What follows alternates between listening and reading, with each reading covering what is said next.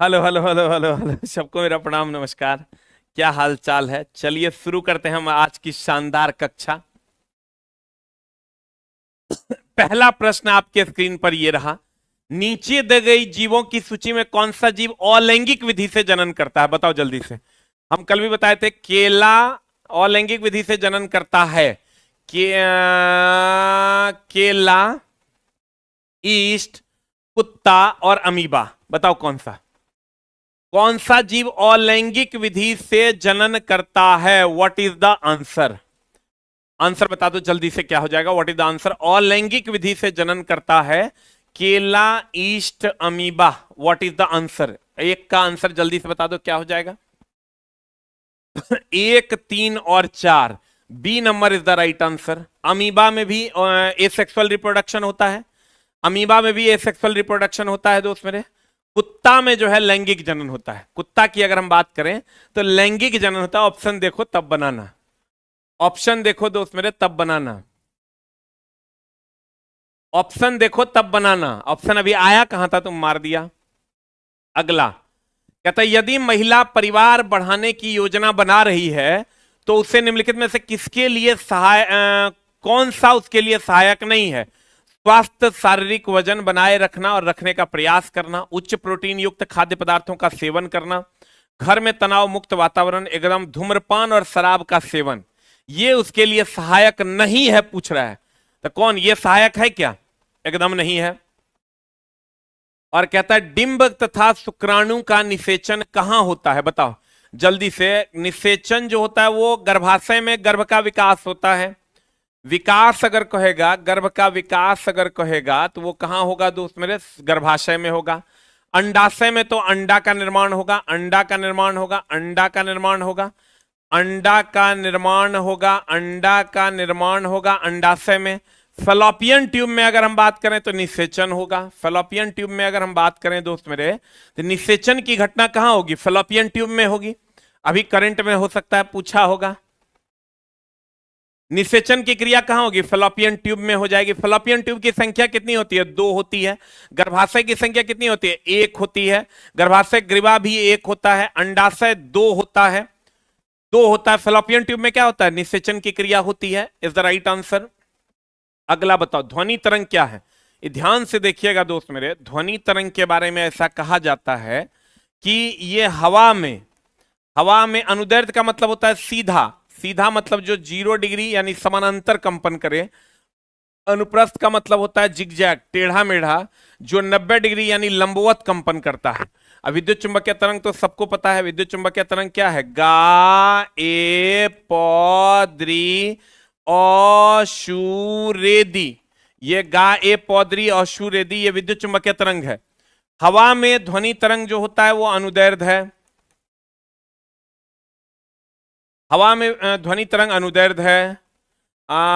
उसके बाद या गैस में कह दीजिए, गैस में ध्वनि तरंग अनुदैर्ध्य है।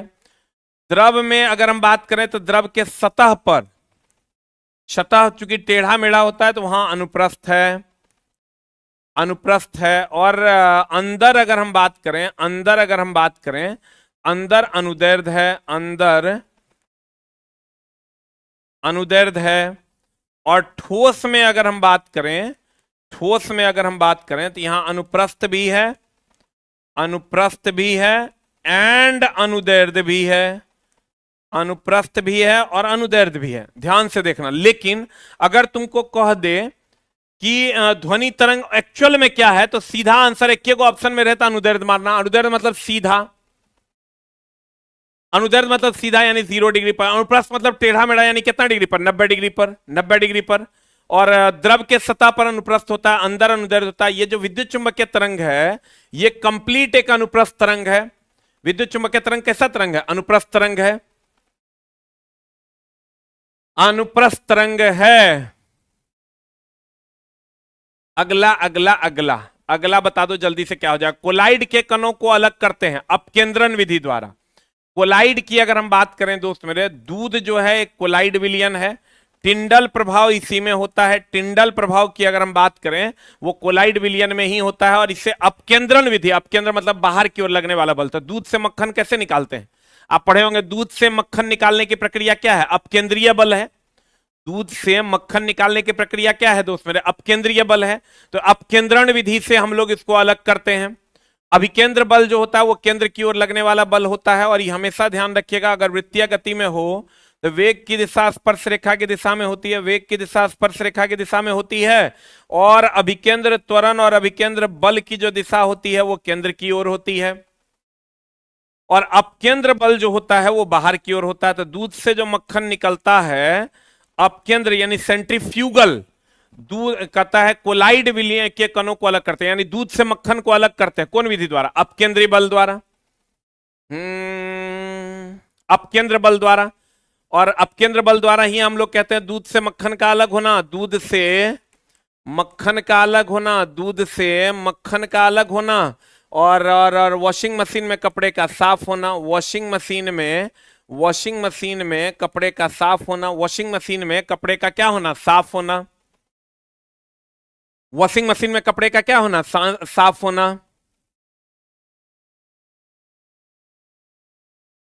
हो गया। और कहता है अगर वेग की दिशा स्पर्श रेखा की दिशा में होती है, हर जगह वेग की दिशा बदलती है। अगर कोई बॉल को हम घुमा रहे हैं तो अगर वो रस्सी टूट जाएगा तो वो स्पर्श रेखा की दिशा में चला जाएगा। तो यहां से ये क्वेश्चन पूछे जा सकते हैं। अगला क्या कहता है? पादप उत्तकों में प्राकृतिक रूप से पाया जाने वाला हार्मोन, जिसे सामान्य भाषा में तनाव हार्मोन कहते हैं, उसका नाम क्या है? बताओ जल्दी से। जिसे तनाव हार्मोन के नाम से जाना जाता है उसे एब्सिसिक एसिड के नाम से जानते हैं। साइटोकाइनिन कोशिका विभाजन में मदद करता है। साइटोकाइनिन की अगर हम बात करें, यह कोशिका विभाजन में मदद करता है। फिर ऑक्सीन तो सबको पता है, जिब्रेलिन वृद्धि हार्मोन है। जिब्रेलिन क्या है? वृद्धि हार्मोन है। पतझड़ इसी के कारण था, एब्सिसिक एसिड के कारण। अगला अगला अगला कहता है पौधे में लचीलापन। देखो पेरेनकाइमा, ये सब एकदम याद रखना है। पेरेनकाइमा के कारण प्रकाश संश्लेषण के लिए जिम्मेवार है। जल्दी से आंसर बता दो। प्रकाश संश्लेषण के लिए जिम्मेवार है। कॉलेनकाइमा लचीलापन के लिए जिम्मेवार है, लचीलापन के लिए जिम्मेवार है। और एस्केरेनकाइमा दृढ़ता के लिए, दृढ़ता यानी कठोरता के लिए जिम्मेवार है। दृढ़ता या कठोरता के लिए जिम्मेवार है। दृढ़ता या कठोरता के लिए जिम्मेवार है। पेरेनकाइमा प्रकाश संश्लेषण के लिए जिम्मेवार है। कॉलेनकाइमा लचीलापन के लिए। एस्केरेनकाइमा दृढ़ता या कठोरता के लिए जिम्मेवार है। जल्दी से बताओ। जाइलम फ्लोएम सबको पते हैं, जाइलम फ्लोएम सबको पते हैं, तो आंसर जल्दी से बता दो। लचीलापन के लिए क्या हो जाएगा?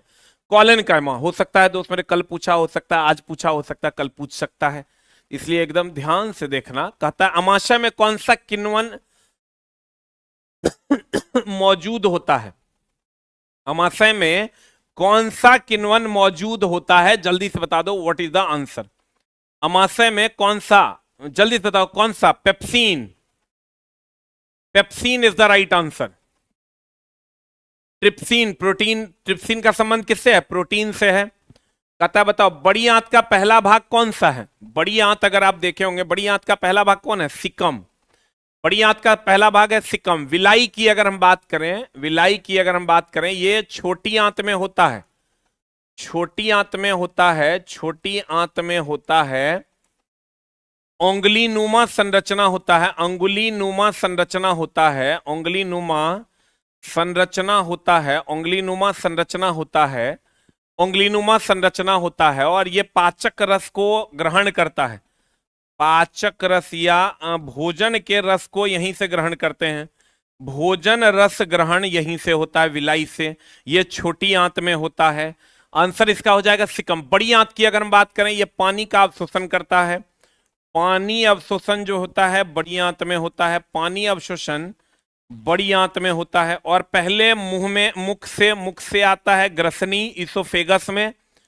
ग्रसनी से चला जाता है, बताओ कहां पर? अमाशय। अमाशय से आता है छोटी आंत में, छोटी आंत में, और छोटी आंत से आता है बड़ी आंत में, छोटी आंत से आता है बड़ी आंत में। अब बड़ी आंत से रेक्टम होते हुए बाहर निकल जाता है, रेक्टम होते हुए बाहर निकल जाता है।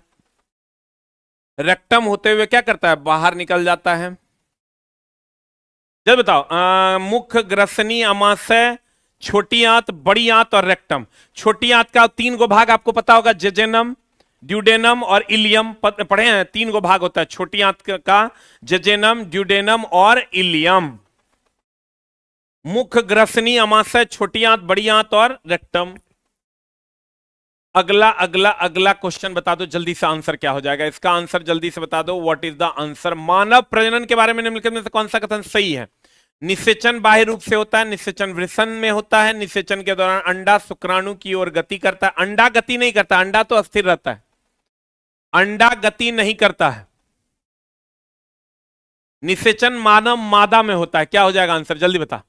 निषेचन मानव मादा में होता है, और गति जो करता है, गति जो करता है वो स्पर्म करता है, शुक्राणु करता है।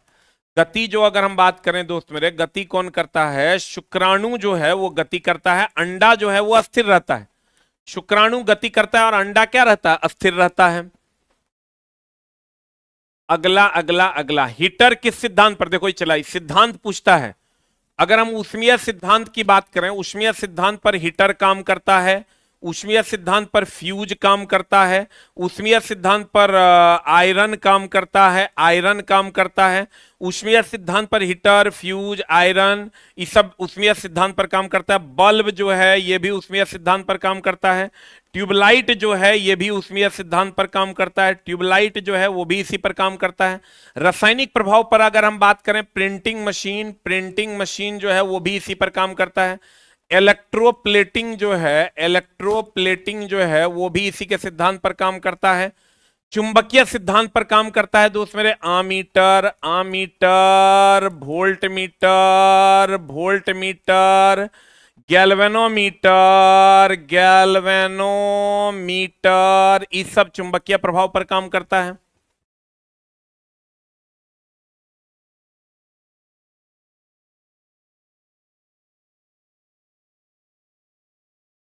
देखो यहां से ये 3 क्वेश्चंस दोस्त मेरे पूछे जाते हैं अलग अलग प्रभाव पर। प्रिंटिंग मशीन, इलेक्ट्रोप्लेटिंग रासायनिक प्रभाव पर, heater, fuse, iron, bulb, tubelight ये सब ऊष्मीय प्रभाव पर। चुंबकीय प्रभाव पर आमीटर, वोल्ट मीटर, गैल्वेनोमीटर ये सब विद्युत धारा के कौन प्रभाव पर, चुंबकीय प्रभाव पर आधारित है।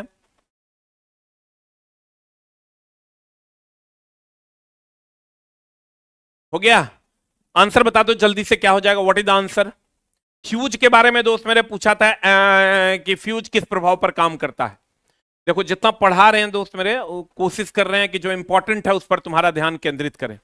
गीजर भी, गीजर ले लो, इमर्सन रॉड ले लो, गीजर ले लो, इमर्सन रॉड ले लो, ये सब भी उसी के सिद्धांत पर काम करता है। बताओ ये किसका सिद्धांत है, कैपेसिटर का सिद्धांत है। बैटरी में एक बड़ा होता है और एक छोटा होता है।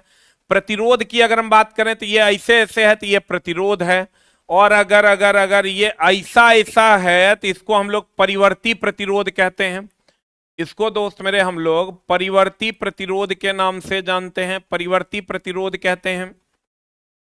ये अगर दोनों बराबर है तो कैपेसिटर है, एक बड़ा एक छोटा है तो बैटरी है, अगर ऐसा है तो प्रतिरोध है, और ऐसा है तो परिवर्ती प्रतिरोध है। ऐसा है तो क्या है, परिवर्ती प्रतिरोध है। गैल्वेनोमीटर के लिए अगर जी लिख दिया यहां तो ये हो गया गैल्वेनोमीटर, जी लिख दिया तो गैल्वेनोमीटर। और अगर ऐसा है दोस्त मेरे, ऐसा है तो ये स्विच का सिंबल है। ये किसका सिंबल है दोस्त मेरे, स्विच का सिंबल है।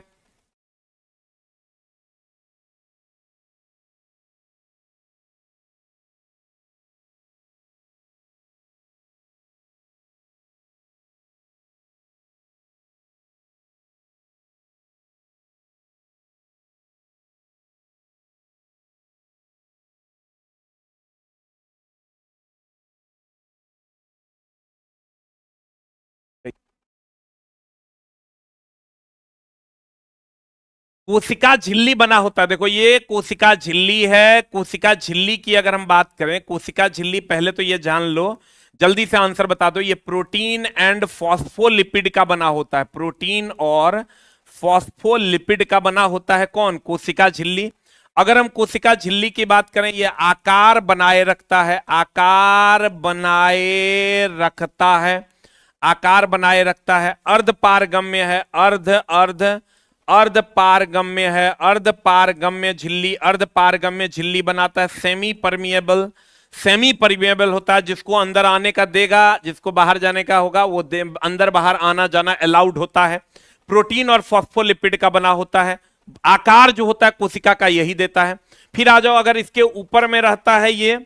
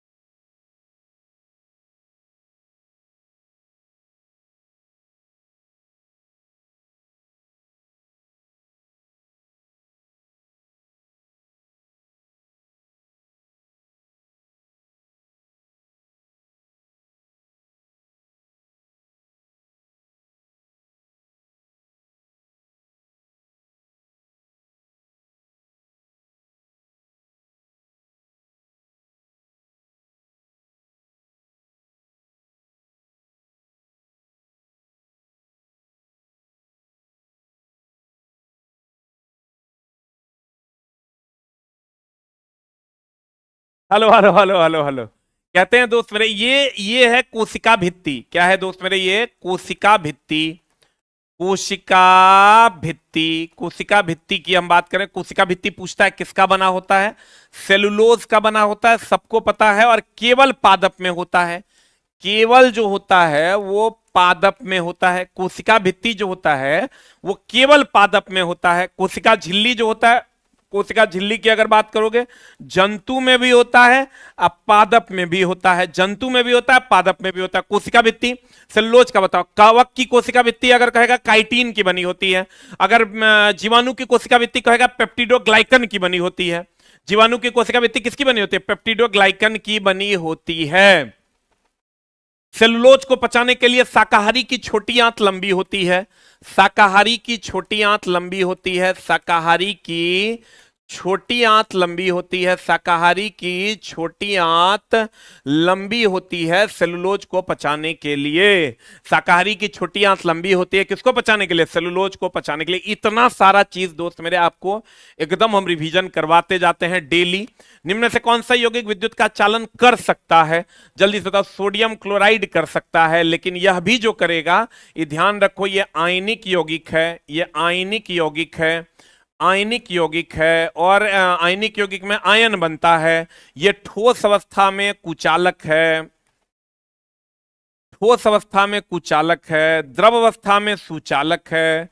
द्रव अवस्था में अगर हम बात करें सुचालक है। ठोस अवस्था में क्या है? कुचालक है। द्रव अवस्था में अगर हम बात करें तो सुचालक है। और इसका क्वथनांक और गलनांक उच्च होता है। क्वथनांक एंड गलनांक जो होता है दोस्त मेरे उच्च होता है। और ये धातु और धातु के बीच बनता है। धातु और धातु दोनों के बीच बनता है। धातु और धातु के बीच ये बंधन बनता है। जैसे सोडियम धातु है, क्लोरीन और धातु है, धातु और धातु के बीच बनता है। ये जो अल्कोहल है, इसमें भी आपको पता होगा, अल्कोहल में पीने वाला जो होता है, पीने वाला जो होता है दोस्त मेरे, पीने वाला जो होता है वो इथाइल अल्कोहल होता है, C2H5OH। जहरीला अल्कोहल जो होता है, जहरीला अल्कोहल जो होता है वो इथाइल अल्कोहल होता है, CH3OH। जहरीला अल्कोहल जो होता है CH3OH। देख लो, पीने वाला अल्कोहल है इथाइल अल्कोहल, जहरीला अल्कोहल है methyl alcohol, CH3OH, C2H5OH। Sodium chloride ionic यौगिक है। ग्लूकोज हमारे पास जो ऊर्जा का स्रोत है, पौधों में भी ऊर्जा का जो स्रोत है दोस्त मेरे, हमारे पास जो ऊर्जा का स्रोत है वो ग्लूकोज है। केरोसिन की अगर हम बात करें, वो पानी में मिला देंगे, विषमांगी मिश्रण हो जाएगा। अगला अगला अगला, ये आयनिक यौगिक है। ठोस अवस्था में कुचालक, द्रव अवस्था में क्या होता है? सुचालक। आंसर जल्दी से बता दो, व्हाट इज द आंसर? क्या हो जाएगा answer? Sodium chloride is the right answer. पीने वाला अल्कोहल की अगर बात करें, पीने वाला अल्कोहल C2H5OH, जहरीला अल्कोहल CH3OH।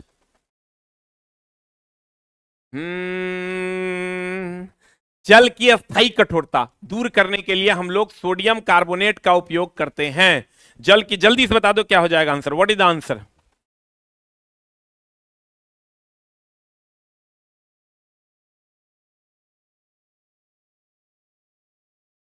जल की अस्थायी कठोरता दूर करने के लिए हम लोग किसका उपयोग करते हैं? सोडियम कार्बोनेट का उपयोग करते हैं। और ये हमेशा ध्यान रखना, इस सबसे अगर दे देना सोडा कहां से क्या रिएक्ट करता है, क्या बनाएगा, खट से CO2 मार देना। इसको हम लोग कहते हैं बेकिंग सोडा। इसको हम लोग क्या कहते हैं दोस्त मेरे, बेकिंग सोडा कहते हैं। ये एंटा एसिड है, एंटा एसिड है। और एंटा एसिड एगो और है MgOH हॉल 2, इसको भी हम लोग एंटा एसिड के नाम से जानते हैं, एंटा एसिड। और ये दुर्बल एंटा एसिड है, मतलब एसिड का एंटी है, इसका मतलब ये दुर्बल क्षार है। ये दोस्त मेरे कौन क्षार है, दुर्बल क्षार है। यहां ना इसका बता ही दिए CaOCl2, इसको हम लोग ब्लीचिंग पाउडर के नाम से जानते हैं, इसको हम लोग ब्लीचिंग पाउडर के नाम से जानते हैं, ब्लीचिंग पाउडर के नाम से जानते हैं। क्वेश्चन बाइलिंगुअल दीजिए एकदम, चला बहुत जल्द हम इसको शुरू कर रहे हैं, जब न तब हम ये आदेश रिलीज कर देंगे। ये दुर्बल क्षार है। देखो मधुमक्खी जब डंक मारता है तब भी हम लोग इसका उपयोग करते हैं, मधुमक्खी जब डंक मारता है तब भी इसका उपयोग हम लोग करते हैं। और बताओ कहां करते हैं, मधुमक्खी डंक मारता है तब भी इसका उपयोग करते हैं। दूध को देर से फटने के लिए, दूध देर से फटे, दूध देर से फटे उसके लिए भी यूज करते हैं। इसमें अगर H2SO4 मिला दोगे, H2SO4 मिला दोगे तो कार्बन डाइऑक्साइड बनेगा, H2SO4 मिला दोगे तो कार्बन डाइऑक्साइड बनेगा, H2SO4 मिला दोगे तो कार्बन डाइऑक्साइड मिलेगा। NaCl ये प्रबल अम्ल प्रबल क्षार मिलाने से बनता है, इसका pH मान 7 होता है। टेबल सॉल्ट भी इसी को कहते हैं। हम चला थोड़ा 1 घंटा टाइम लेंगे तो मैक्सिमम रिवीजन करवा देंगे।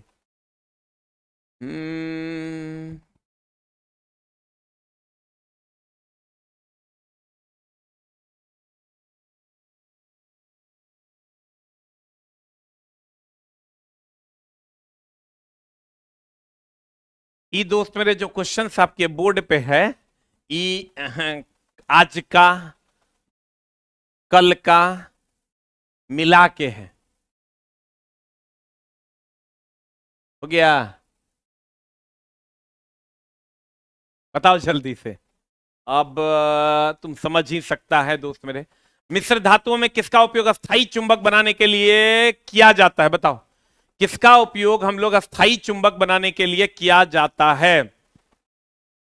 मैं साइंस में 24 बनाकर आया हूं सर, बहुत बढ़िया।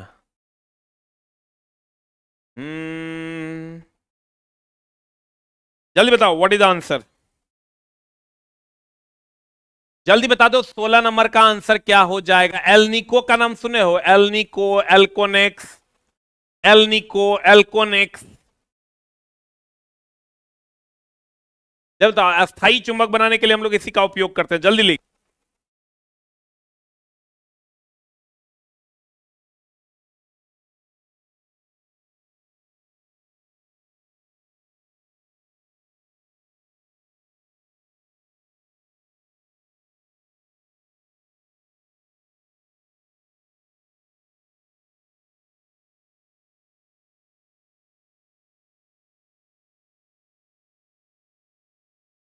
Hello hello hello hello hello,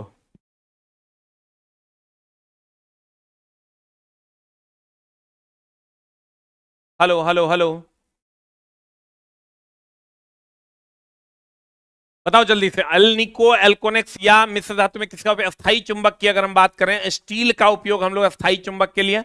और अस्थाई जर्मन सिल्वर में सिल्वर 0% होता है, जर्मन सिल्वर में सिल्वर जो होता है वो 0% होता है। नाइक्रोम का प्रतिरोध और गलनांक उच्च होता है, प्रतिरोध एंड गलनांक जो होता है, प्रतिरोध एंड गलनांक जो होता है दोस्त मेरे वो उच्च होता है। नाइक्रोम का भी और टंगस्टन का भी, नाइक्रोम का भी और टंगस्टन का भी, नाइक्रोम का भी। सर आज मैं 25 में 25 बनाकर आया हूं, बहुत बढ़िया दोस्त मेरे, एकदम यही तो चाहिए। जर्मन सिल्वर में सिल्वर 0% होता है। अस्थाई चुंबक एल्निको स्टील का बना होता है, और अस्थाई चुंबक नरम लोहे का बना होता है या मृदु लोहे का बना होता है। बताओ लोहे को कठोर और मजबूत बनाने के लिए क्या मिलाते हैं हम लोग? कार्बन मिलाते हैं। कार्बन के बारे में याद रखना, यह श्रृंखला बनाता है। कार्बन की अगर हम बात करें, यह श्रृंखला बनाता है, यह सहसंयोजक बंधन बनाता है, यह सहसंयोजक बंधन बनाता है, सहसंयोजक बंधन बनाता है। यह मजबूत होता है, मजबूत बंधन बनाता है क्योंकि आकार छोटा होता है, क्योंकि आकार जो होता है वो छोटा होता है, मजबूत बंधन बनाता है क्योंकि आकार छोटा होता है। संयोजी इलेक्ट्रॉन की अगर हम बात करें, संयोजी इलेक्ट्रॉन की संख्या 4 है। इसकी संयोजकता की अगर हम बात करें, इसकी संयोजकता की अगर हम बात करें, संयोजकता की अगर हम बात करें, संयोजकता भी 4 है।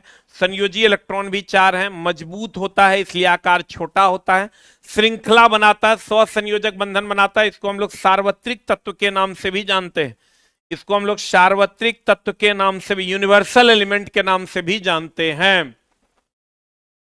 कल मेरा एग्जाम था गुरुजी, सब क्वेश्चन एसके सामान्य विज्ञान से आया था। थैंक यू, बहुत बहुत धन्यवाद दोस्त मेरे। ऐसे ही आप लोग एसके सामान्य विज्ञान पे प्यार बरसाते रहिए। हो गया।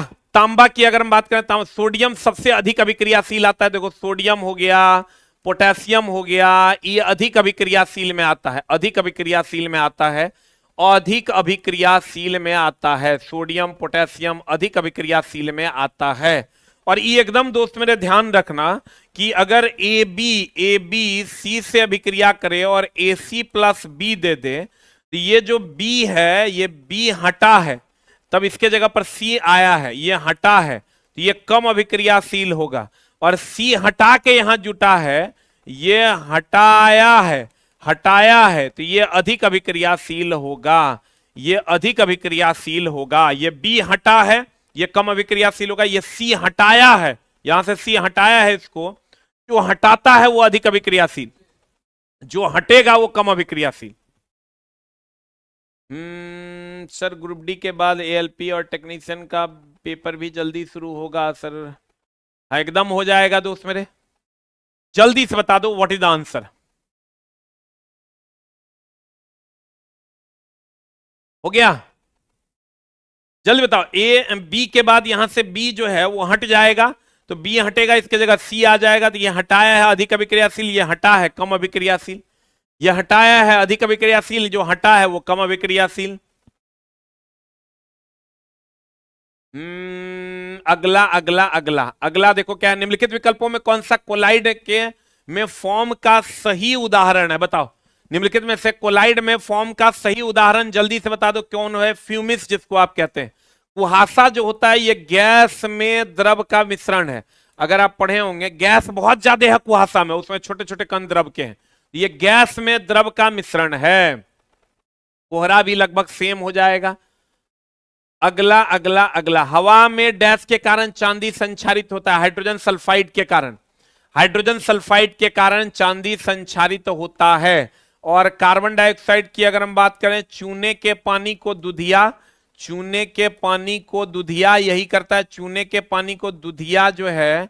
और इसकी अगर हम बात करें दोस्त मेरे, कार्बन डाइऑक्साइड आग बुझाने में, आग बुझाने में भी हम लोग इसका उपयोग करते हैं, आग बुझाने में भी इसका उपयोग करते हैं, आग बुझाने में इसका उपयोग करते हैं। किसका? कार्बन डाइऑक्साइड का। कार्बन डाइऑक्साइड अम्लीय होता है, अम्लीय होता है। जितना सोडा अभिक्रिया करता है, जितना सोडा अभिक्रिया करता है, सब में कार्बन डाइऑक्साइड होता है। नाइट्रोजन हम बोले अभिक्रियाशील नहीं होता है, कुरकुरे वगैरह के पैकेट में इसी का उपयोग करते हैं। हो गया। अगला अगला अगला अगला अगला अगला कहते हैं H2O, H2O 2Cl2 2HClO2 अभिक्रिया करता है, H2O2 में कार्य करता है। बताओ क्या है? ये हमेशा ध्यान रखना, हम कितना बार बोले हैं दोस्त मेरे, इसको रिवीजन भी करवा दिए हैं। ऑक्सीकरण, ऑक्सीकरण, उपचयन, अपचायक, अबकारक, अबकारक, इस सब में ऑक्सीजन जुड़ता, ऑक्सीजन जुड़ता, हाइड्रोजन हटता, इलेक्ट्रॉन का त्याग होता।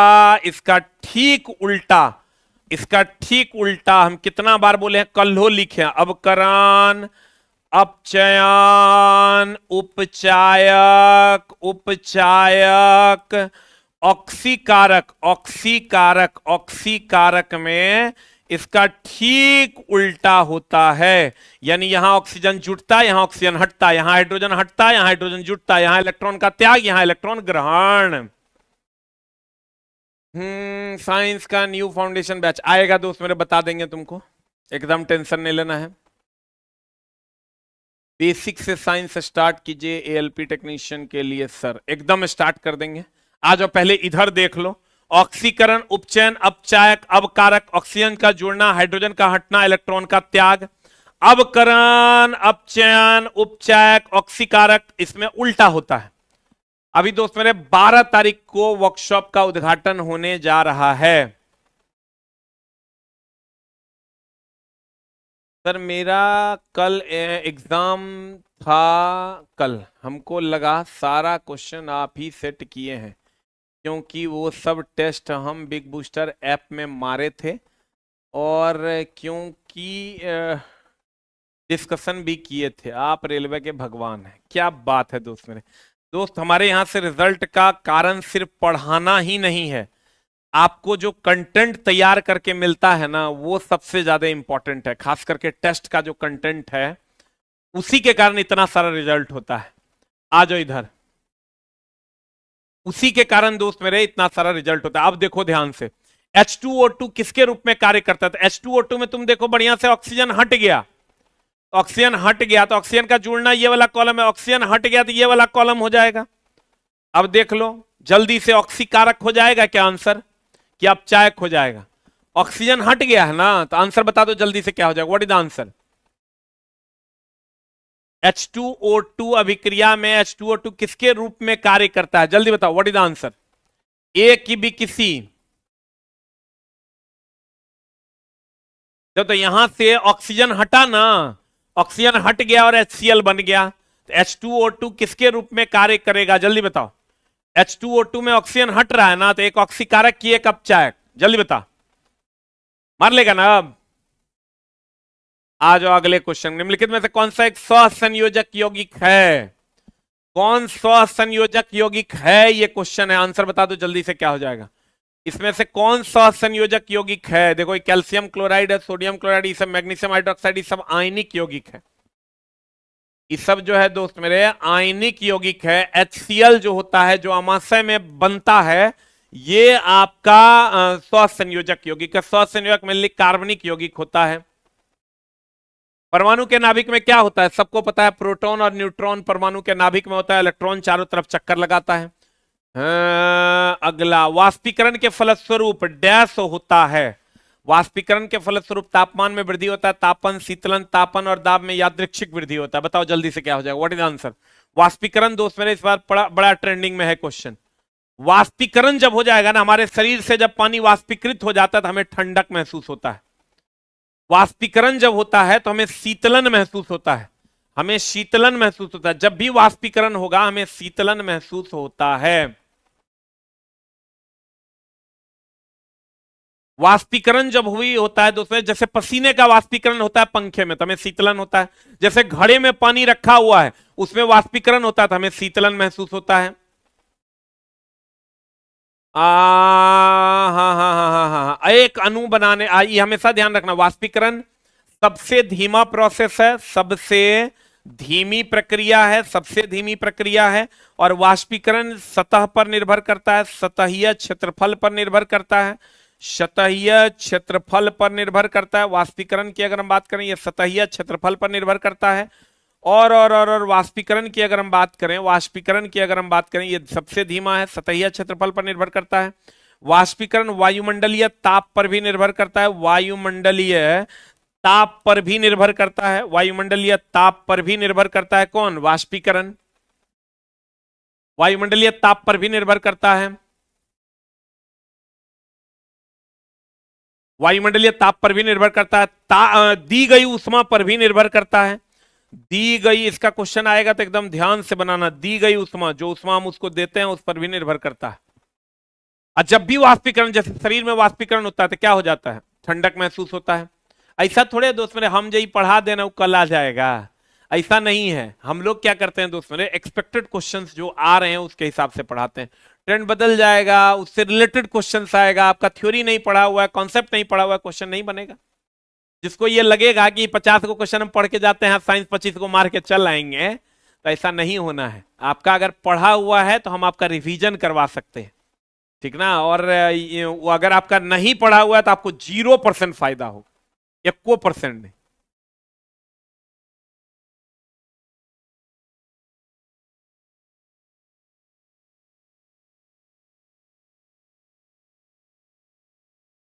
जिसका पढ़ा हुआ होगा ना दोस्त मेरे, उसी को फायदा होगा। एक अणु बनाने वाले परमाणुओं की संख्या को क्या कहते हैं, बताओ जल्दी से। एक अणु बनाने वाले परमाणुओं की संख्या को क्या कहते हैं, जल्दी से आंसर बता दो। What is the answer? परमाणुकता कहते हैं। अक्रिय गैस की परमाणुकता 1 होती है। जैसे अक्रिय गैस संयोग करने की क्षमता को संयोजकता कहते हैं। जैसे अगर कहीं पर दे दिया Al2O3, तो अल्युमिनियम की संयोजकता अगर कहेगा, संयोजकता इंटरचेंज होता है, अल्युमिनियम की संयोजकता बता दो जल्दी से क्या हो जाएगा।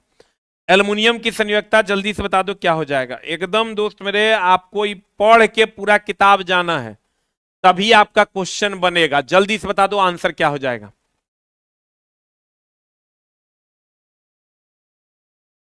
जल्दी बताओ, what is the answer? Aluminium की संयोजकता इस पर होगी 3। ऑक्सीजन की संयोजकता अगर कहेगा तो ऑक्सीजन की संयोजकता इस पर होगी, वो हो जाएगी 2। तो संयोग करने की क्षमता संयोजकता, परमाणुओं की संख्या को परमाणुकता कहते हैं। और अगर आप जैसे Ca3PO4 हॉल 2 की परमाणुकता कहेगा तो कितना कर देंगे बताओ? 4 1 5 दूनी 10 3 13। इसकी परमाणुकता हो जाएगी 13। अगला अगला अगला बताओ, क्लोरीन के संतृप्त हाइड्रोकार्बन से अभिक्रिया करता है सूर्य के प्रकाश की उपस्थिति में। कल भी बताए थे दोस्त मेरे, क्वेश्चन आया हुआ है। हेबर विधि से अमोनिया, जब N2 हेबर विधि से जब अमोनिया बनाते हैं, N2H2 से अभिक्रिया करता है, उत्क्रमणीय प्रोसेस है ये, NH3 बनाता है आयरन उत्प्रेरक की उपस्थिति में। तो आंसर हो जाएगा लोहा उत्प्रेरक की उपस्थिति में, लोह चूर्ण की उपस्थिति में। What is the answer?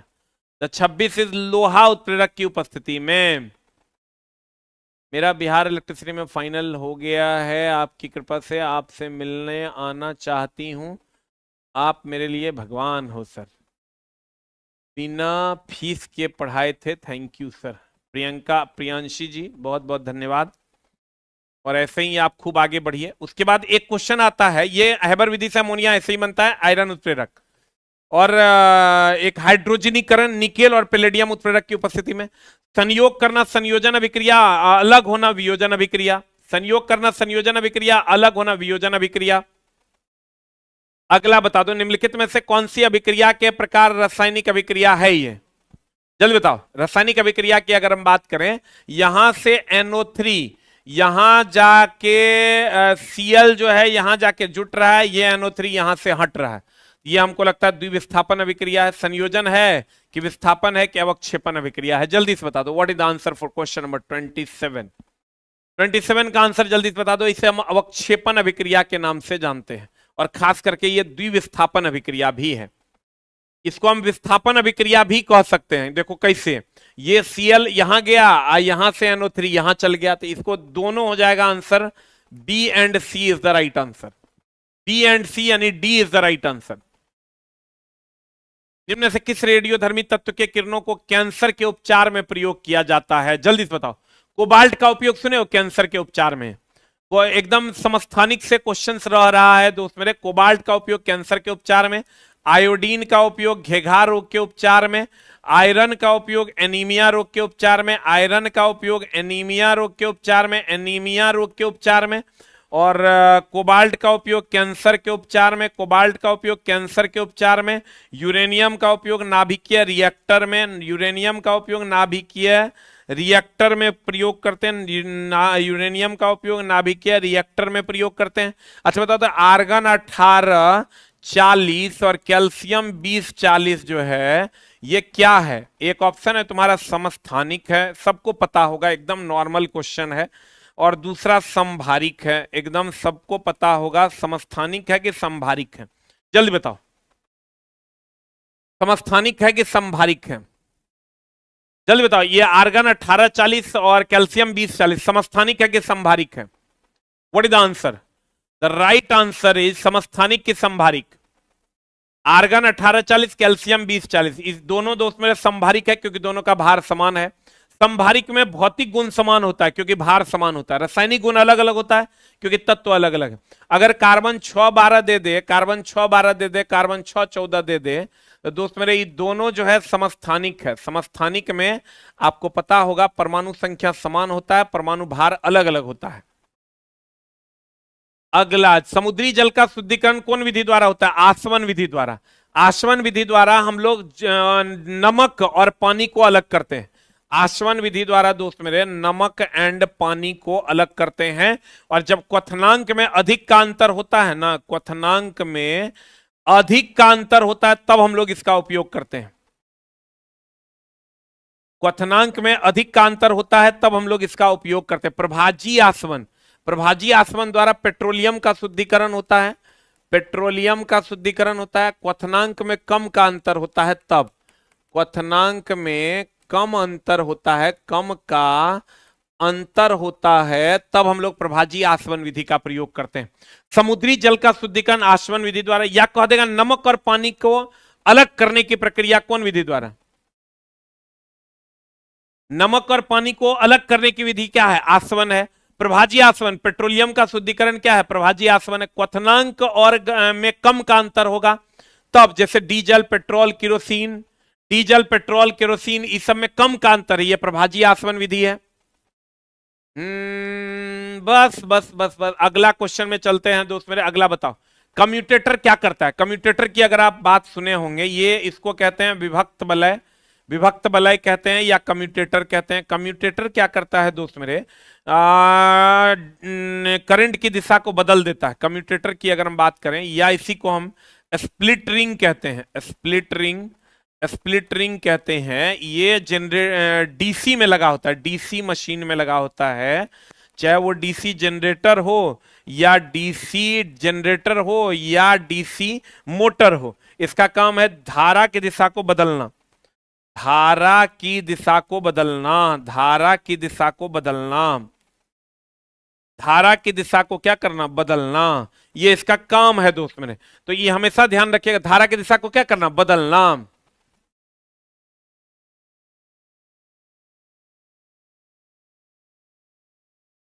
हो गया? कहते हैं कम्यूटेटर, जो स्प्लिट रिंग इसी को कहते हैं। ये डीसी मशीन में यूज करते हैं और ये धारा की दिशा को क्या कर देता है? बदल देता है दोस्त मेरे। धारा की दिशा को बदलने का काम ये करता है कम्यूटेटर या विभक्त वलय, या इसी को स्प्लिट रिंग कहते हैं। अगला बताओ, पदार्थ का वह गुण जिसके कारण उसमें विरूपण अस्थायी तौर पर रह जाता है, उसे हम लोग क्या कहते हैं? जब विरूपित करते हैं और अस्थायी रूप से वह विरूपित रह जाता है, उसको हम लोग क्या कहते हैं दोस्त मेरे? अस्थायी तौर पर पदार्थ का वह गुण जिसके कारण उसमें विरूपण अस्थायी तौर पर नहीं रहता है, यहां कर लो नहीं रहता है, तब प्रत्यास्था कहलाता है। क्योंकि जब उसको खींचोगे खींचोगे वो अपने पुनः शेप में आ जाएगा, यही गुण क्या कहलाता है? प्रत्यास्था कहलाता है। भंगुरता, चकनाचूर हो जाना। अधात्वर्धनीयता और तन्यता, अधात्वर्धनीयता खींचकर तार बनाना, सॉरी पीटकर चादर, पीटकर चादर बनाना। और तन्यता जो होता है वो तार बनाना, तन्यता जो होता है वो तार बनाना। ये सबसे अधिक सोने का होता है, उससे कम चांदी का होता है, उससे कम कॉपर का होता है, उससे कम अल्युमिनियम का होता है। अधात्वर्धनीयता पीटकर चादर बनाना, तन्यता तार बनाना, और ये सबसे अधिक सोना, उससे कम चांदी, उससे कम कॉपर, उससे कम अल्युमिनियम का होता है। लाइट चैप्टर बढ़िया से देख के जाना दोस्त मेरे।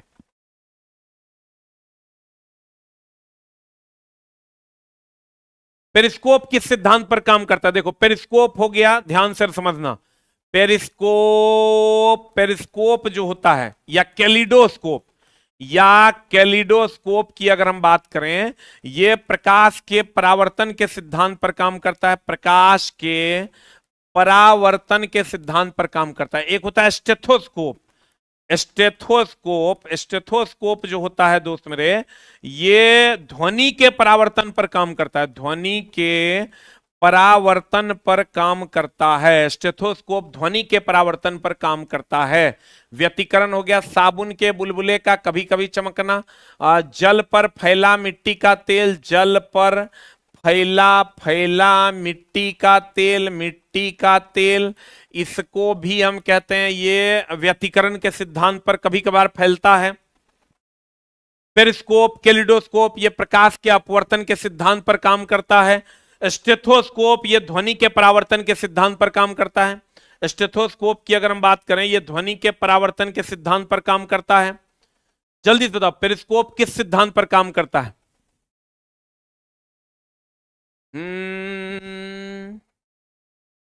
अगला अगला अगला, किसी द्रव यही अगर स्टेथोस्कोप दे देगा तो ये ध्वनि के नहीं परावर्तन पर काम करता है।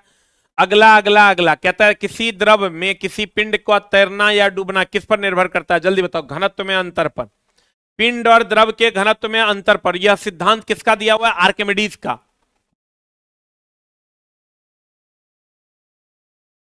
यह सिद्धांत किसने दिया? तैरने डूबने का सिद्धांत आर्किमिडीज ने। तैरने डूबने का सिद्धांत किसने दिया दोस्त मेरे? आर्किमिडीज ने दिया। कहता है बताओ एक आंसर। द्विविस्थापन अभिक्रिया का उदाहरण है, जल्दी बताओ। ये तो दोस्त मेरे संयोजन अभिक्रिया है, ये संयोजन अभिक्रिया का उदाहरण है, संयोजन अभिक्रिया का उदाहरण है। इधर देखोगे ये Na2SO4 ये द्विविस्थापन अभिक्रिया का उदाहरण है। ये Pb plus copper sulphate PbCl2 plus Cu, ये एकल विस्थापन है। कह रहा है क्वेश्चन दो विस्थापन, ये भी नहीं होगा, एक ही विस्थापित हो रहा है, एकल विस्थापन अभिक्रिया है ये। और ये तो वियोजन अभिक्रिया है। ये कौन अभिक्रिया है दोस्त मेरे?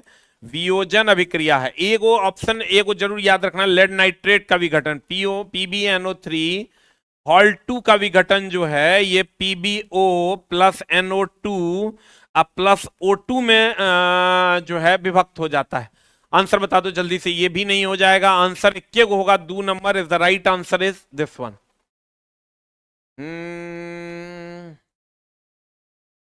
हो गया। हम दोस्त मेरे कोशिश करते हैं कि 1 घंटे में आपका लगभग चीज को हम रिवाइज करवाएं और खूब मन लगा के पढ़िए। जो भी बच्चा ये सोचेगा कि हम 200 क्वेश्चन पढ़ के जाके एग्जाम निकाल लेंगे, वो कभी नहीं होना है। आप पूरा बढ़िया से जो पढ़े हैं उसी को बार बार पढ़िए, आपका काम हो जाएगा। अगला अगला अगला अगला बता दो, अगले का आंसर क्या हो जाएगा? अगला कहता है बादल और कोहरा किस कोलाइड विलयन। अभी तुरंत बताते हैं ना, बादल या कोहरा द्रव में गैस है कि गैस में द्रव है? द्रव गैस में परिक्षिप्त है। द्रव जो है वो गैस में परिक्षिप्त है, द्रव गैस में परिक्षिप्त है।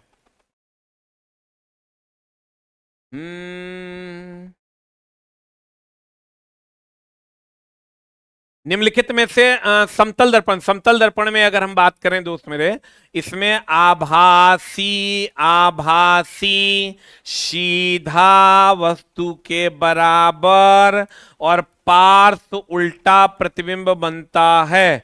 पार्श्व उल्टा प्रतिबिंब बनता है। जितनी दूरी पर वस्तु रहता है उतनी ही दूरी पर प्रतिबिंब बनता है। जितनी दूरी पर वस्तु उतनी ही दूरी पर प्रतिबिंब, उतनी ही दूरी पर, उतनी ही दूरी पर प्रतिबिंब, उतनी ही दूरी पर प्रतिबिंब बनता है, उतनी ही दूरी पर प्रतिबिंब बनता है। और अगर आपको पूरी प्रतिबिंब देखना है तो अपने आधी लंबाई का दर्पण लेना होगा। आंसर बता दो क्या हो जाएगा? What is the answer?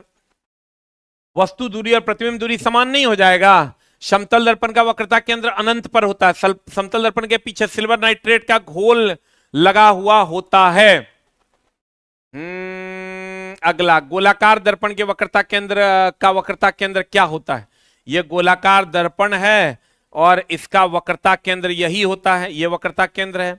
उत्तल दर्पण के मुख्य अक्ष पर एक ऐसा बिंदु जिस पर प्रकाश की किरणें आ रही प्रतीत होती है, उस खोखले गोले का केंद्र होता है जिसका गोलाकार दर्पण एक भाग होता है। मार दें, पी फॉर बॉल मार दें।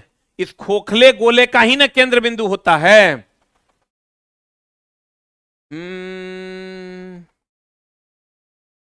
अगला कहता है एक 2 सेंटीमीटर लंबी वस्तु को 10 सेंटीमीटर फोकस दूरी वाले अवतल दर्पण, यानी height of the object they दिया है 2 सेंटीमीटर, 10 सेंटीमीटर फोकस दूरी वाले f बराबर -10 सेंटीमीटर, 15 सेंटीमीटर की दूरी पर स्थापित किया गया है। u का मान हो गया -15 सेंटीमीटर पर स्थापित। प्रतिबिंब दर्पण से कितनी दूरी पर है? v का मान निकालना है, फट से फॉर्मूला लगा देना है। 1/v प्लस 1/u बराबर 1/f। सबका मान u और f का मान पता है, u और f का मान पता है, v का मान निकल जाएगा। निकाल लोगे? Put the value and get the result. इस टाइप के क्वेश्चंस दोस्त मेरे पूछे जा सकते हैं। अगला बताओ, विद्युत बल्ब का एक फिलामेंट 10 मिनट में इतना एम्पियर की विद्युत धारा प्रवाहित होती है। धारा के माध्यम से आवेश q बराबर फॉर्मूला खट से लगा दो IT। I का मान हो गया 0.75, t का मान हो गया 10 मिनट, तो 10 × 60। सॉल्व कर दो, आंसर आ जाएगा। और इस पर V बराबर आई आर पे न्यूमेरिकल पूछ सकता है, इसको ध्यान में रखना। P बराबर VI V² I square are, इस पर न्यूमेरिकल पूछ सकता है, इसको भी ध्यान में रखना। नजदीक आ रहा है, मॉक में नंबर कम आ रहा है जो जो एग्जाम नजदीक आ रहा है, कोई बात नहीं, थोड़ी सी घबराहट हो जाती है। आंसर बताओ इसका कितना आया, what is the answer? Answer बता। 450 ये आया, वेरी गुड। अगला देख लो जो आएगा, समीकरण आई भी आर दिया हुआ है, कहता कौन सा समीकरण सही है? तो आर बराबर भी बटा आई सही है, आर बराबर भी बटा आई एन सही है रे, भी बराबर आई आर से आर बराबर भी बटा आई। अगला, जब किसी चालक के द्वारा विद्युत धारा प्रवाहित होती है तो इसका ताप क्या हो जाएगा, बताओ? एच बराबर आई स्क्वायर आर टी जानते हो ना, तो जब भी चालक से विद्युत धारा प्रवाहित होगा एच बराबर होता है आई स्क्वायर आर टी, तो इसका ताप जो होगा वो बढ़ जाएगा, ताप जो होगा क्या हो जाएगा, बढ़ जाएगा। अगला बताओ, इतना किलो के द्रव्यमान के साथ इतना जूल संभावित, इतना न्यूटन पर, ये न्यूटन पर केजी है ना, 10 न्यूटन बटा केजी। तो आप याद रखिएगा 10 न्यूटन को लिखते हैं हम लोग केजी मीटर पर सेकंड स्क्वायर, अब बटा केजी, ये कट जाएगा, ये हो जाएगा 10 मीटर पर सेकंड स्क्वायर, इसी को हम लोग जी कहते हैं। पता इतना किलो इतना जूल संभावित है, गुरुत्वाकर्षण वस्तु की ऊंचाई क्या होगा? तो पोटेंशियल एनर्जी बराबर फट से फॉर्मूला लगा देंगे, mgh, पोटेंशियल एनर्जी बोले तो 400, m का मान हो गया 20, h का मान हो गया 10, g का मान हो गया 10, h का मान निकाल देना 200, 2 दूनी 400, 2 metre is the right answer. खाली ध्यान ये रखना न्यूटन बटे केजी दिया है, न्यूटन बोले तो केजी मीटर पर second square, KG KG cut जाएगा, मीटर पर सेकंड स्क्वायर। हे अगला अगला अगला,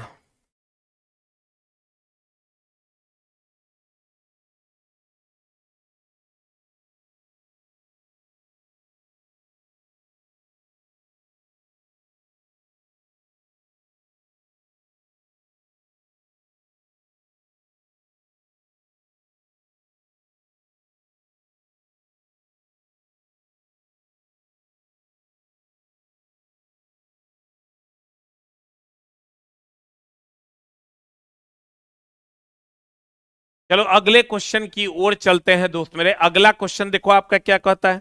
अगला क्वेश्चन कहता है गुरुत्वाकर्षण की वजह से उत्पन्न होने वाले त्वरण का मान निर्भर नहीं करता है, जी बराबर होता है जीएम बटा आर स्क्वायर, जी बराबर होता है जीएम बटा आर स्क्वायर। कह रहा है किस पर निर्भर नहीं करता है? गुरुत्वाकर्षण जी का स्थिरांक, नीचे गिरने वाली वस्तु का द्रव्यमान एम, पृथ्वी की त्रिज्या आर, द्रव्यमान पर निर्भर नहीं करता, केवल ग्रह के द्रव्यमान और ग्रह की त्रिज्या पर निर्भर करता है, केवल ग्रह के द्रव्यमान और ग्रह की त्रिज्या पर निर्भर करता है, वस्तु के द्रव्यमान पर निर्भर नहीं करता है, अगर आप पढ़े होंगे तो। बताओ, हुक का नियम प्रत्यास्थ पदार्थों के किन भौतिक राशियों के बीच संबंध है? आपको पता होगा हुक का नियम जो होता है, ये प्रतिबल जो होता है, stress is directly proportional to strain होता है, ये प्रतिबल विकृति के समानुपाती होता है, stress is directly proportional to strain, प्रत्यास्थता सीमा के अंदर, प्रत्यास्थता सीमा के अंदर। ई भी क्वेश्चन दोस्त मेरे पूछता है, दाब बराबर सबको पता है बल बटा क्षेत्रफल होता है, दाब बराबर बल बटा क्षेत्रफल होता है, इसी को हम लोग प्रणोद बटा क्षेत्रफल भी कहते हैं, प्रणोद बटा क्षेत्रफल भी कहते हैं, दाब बराबर बल बटा क्षेत्रफल या प्रणोद बटा क्षेत्रफल भी कहते हैं। अगला अगला अगला, 5 मीटर पर सेकंड की दर से गतिशील एक कण, इतना जूल, तो कण का द्रव्यमान क्या हो जाएगा? बस काइनेटिक एनर्जी बराबर half M V square, half M V square. Kinetic energy का मान है 125 जूल, काइनेटिक एनर्जी का मान है 125 जूल बराबर हाफ एम, एम का मान हो गया निकालना है इंटू वी स्क्वायर यानी 5 का स्क्वायर। आंसर बता दो जल्दी से क्या हो जाएगा, जो होगा वो आंसर हो जाएगा।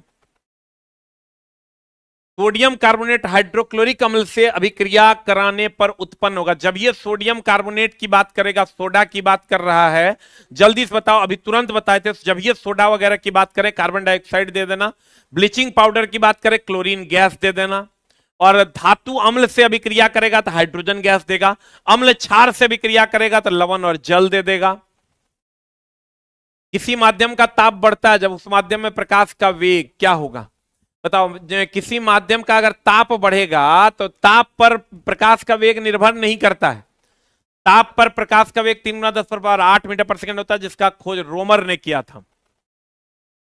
जब किसी वस्तु को सी और एफ के बीच रखा जाता है, अब तल दर्पण में बताओ तो जल्दी से आंसर चला जी। सी और एफ के बीच रखा जाएगा। देखो ये सी है, ये एफ है, इसके बीच रखा जाएगा। अगर सी पर रखेंगे तो सी ए पर बनेगा, सी पर रखेंगे तो सी ए पर बनेगा।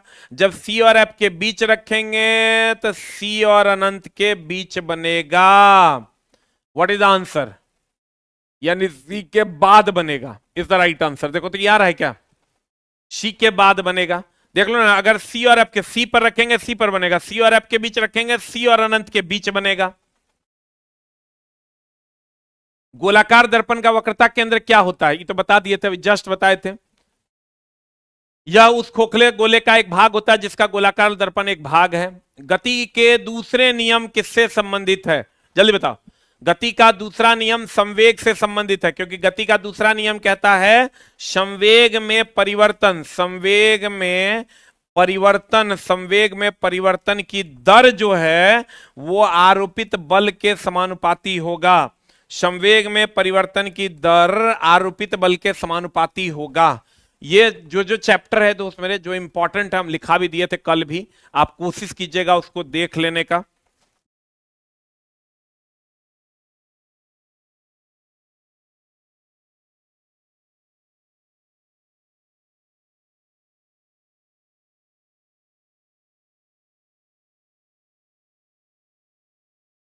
एक बार दोस्त मेरे हम तुमको जो इंपॉर्टेंट है वो एक बार चैप्टर हम बताते हैं, कुछ कुछ क्वेश्चंस भी आपको हम दायरा बता देते हैं, उसको एक बार आप जरूर देख लीजिएगा।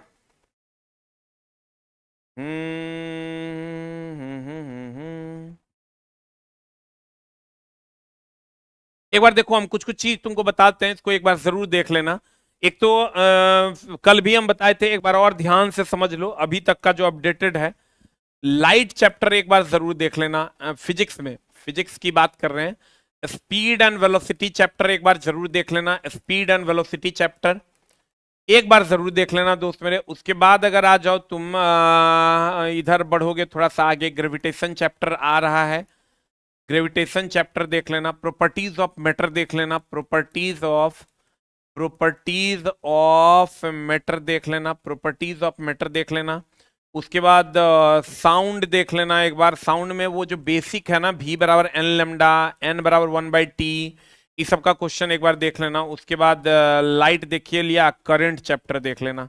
ये इतना चैप्टर दोस्त मेरे इसमें देख लेना। किसमें? फिजिक्स में। केमिस्ट्री की अगर बात करोगे तो केमिस्ट्री में आपका पहला चैप्टर जो है, कल भी बताए थे हम, छोटी छोटी मगर मोटी बातें, छोटी छोटी मगर मोटी बात ये देख लेना, जो मेरे एसके समान विज्ञान में है। एटॉमिक स्ट्रक्चर देख लेना, एटॉमिक स्ट्रक्चर देख लेना। तीसरा तुम रिएक्शंस जितना है रिएक्शन देख लेना। चौथा की अगर बात करोगे ऑक्सीडेशन रिडक्शन देख लेना, ऑक्सीडेशन रिडक्शन देख लेना, ऑक्सीडेशन रिडक्शन देख लेना। उसके बाद अगर हम दोस्त मेरे बात करें,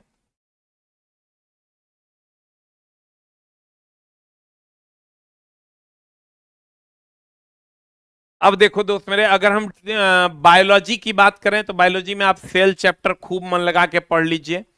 टिश्यू भी एक बार देख लीजिएगा, टिश्यू से क्वेश्चंस आ सकते हैं। उसके बाद आ जाओ, सेल हो गया, टिश्यू हो गया, उसके बाद ये जेनेटिक्स से क्वेश्चंस आ रहे हैं, रिप्रोडक्शन से क्वेश्चन आ रहे हैं, रिप्रोडक्शन से क्वेश्चन आ रहा है, जेनेटिक्स, रिप्रोडक्शन, इस सब से क्वेश्चन तो मेरे आ रहा है। इस सबको एक बार जरूर देख लेना। इतना 1 2 3 4 5 6 7 8 9 10 11 12 13 14, ये 14 को चैप्टर आपके लिए बहुत ज्यादा इंपॉर्टेंट है, कोशिश कीजिएगा इसको देख लेने का। Thank you very much, love you all. कल फिर मिलते हैं हम लोग अपने नियमित समय पर, यानी 10 बजे। Thank you very much.